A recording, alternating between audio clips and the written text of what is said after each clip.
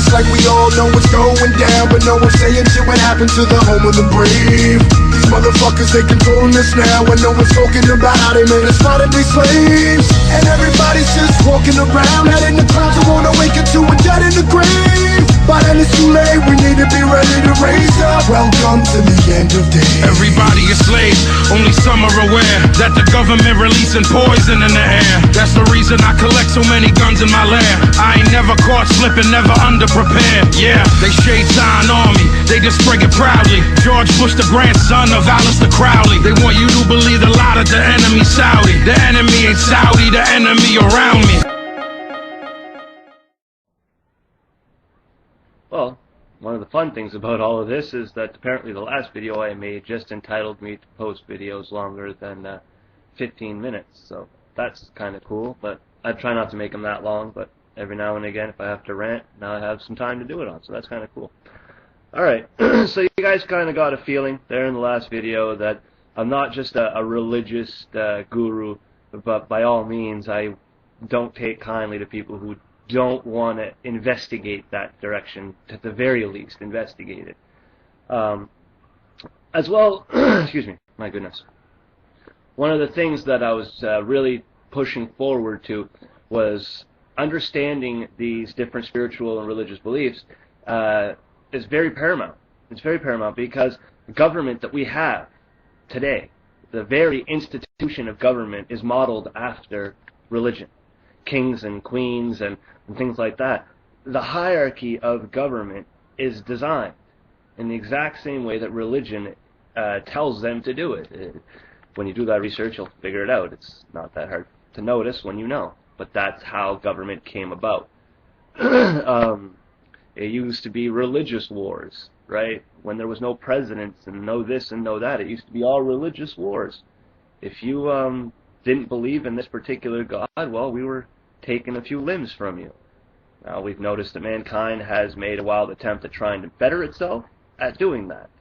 So, alright, that's bang on, good job. But we're not done. Just take a quick look across a few oceans, and we're having an entirely different scene. But what we're beginning to notice is that this scene, this religious destruction on the other side of the ocean, is not like it was in the days of old. These different factions of Muslims and these different Jews and these different this and that and all so on and so forth, they're not actually attacking each other for the same reasons they used to attack each other for. If the North American continent, that includes all of us boys, that's Canada, United States, and Mexico. Okay? That's all of us. If we don't get our nose the fuck out of their business, not only will they destroy themselves, they'll destroy us. Because they'll only destroy themselves for so long until they realize, wait a minute, why do I really hate this person, or hate this nationality, or hate this culture? It was because that person from that other country came over here and said that my stuff was right and the other guy's stuff was wrong. And yet I never bothered to ask what that guy's stuff really was. So the most horrendous thing I could possibly imagine that's happening right now is that you got a bunch of wannabe Christians, which is the governments, the military personnel, police, all these people that think they're working under a proper accordance with their God, are going to a country where it's Jewish people and Muslim people, which Christianity really doesn't apply in that part of the world, and they are going there and they're starting a fucking fight. It's what they're doing. They go over there and they start a fight. So, what do I need you to understand? What is it that I absolutely need you to understand? What I need you to understand is that there's a crazy-ass motherfucking war going on right now.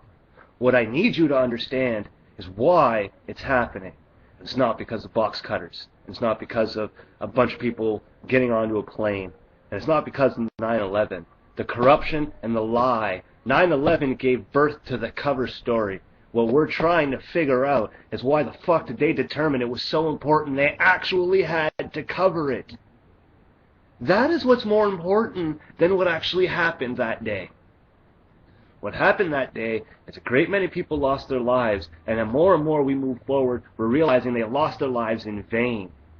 Now, I know that you've probably seen the video where I lost my shit completely because I was just pissed.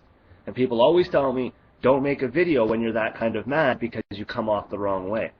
Don't worry, I'm very well aware that there was children in those buildings. I'm very well aware that people lost their lives, and some of those people were innocent.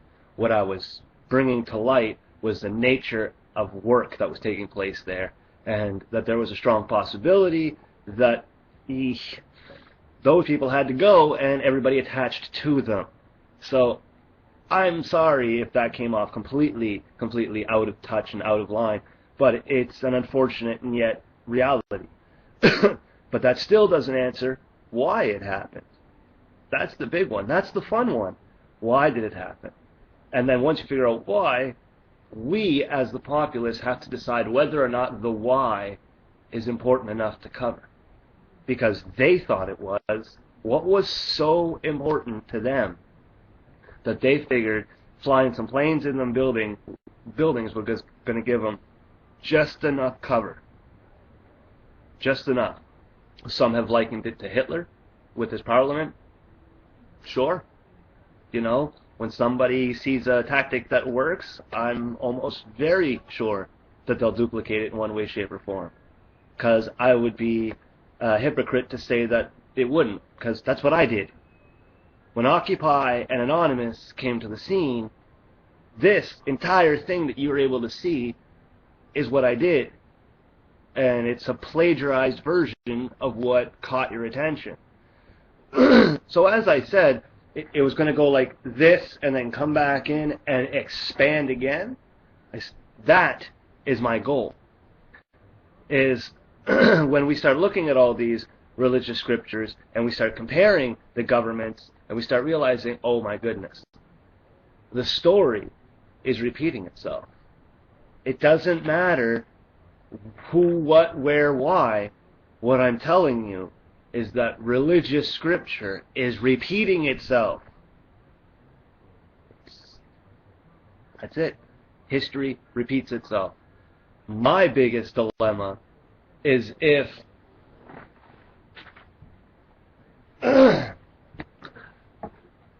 this is supposed to be true, if this is supposed to be what's going to go down, and if this is the ending, and this is and this little section here is the book of Revelations, as an example, and this is the end. Well, for those of you who haven't read this, I strongly suggest that you do, because it fucking sucks, this section. What I'm trying to figure out is, if we know this is true, is there a way that we can prevent this? And we can't. We can't. The more and more I research it on all spectrums, if I go into the Muslim direction, if I go into the Christian direction, if I go into the Jewish direction, there's no stopping this shit. There is no stopping it. And these guys, if the real end times is happening, or if these guys are putting all the notes together and they're making it happen, they're creating a perfect storm. And that's the shit that I'm trying to get down and dirty with. It's the why. Why are they doing it? And a lot of the information is pointing to something big is happening to us. And the only way they can prevent us from knowing right now is to kill us. Okay? My next video is actually going to be covering an interesting thing called the rapture. And it's not the rapture that you think. It's not what you've heard, and it's not what you've read. This one is the gospel according to John Connor. This is something that I'm looking into very harsh, and I'm like, holy shit, we have to stop this. Okay? And the next video will demonstrate that.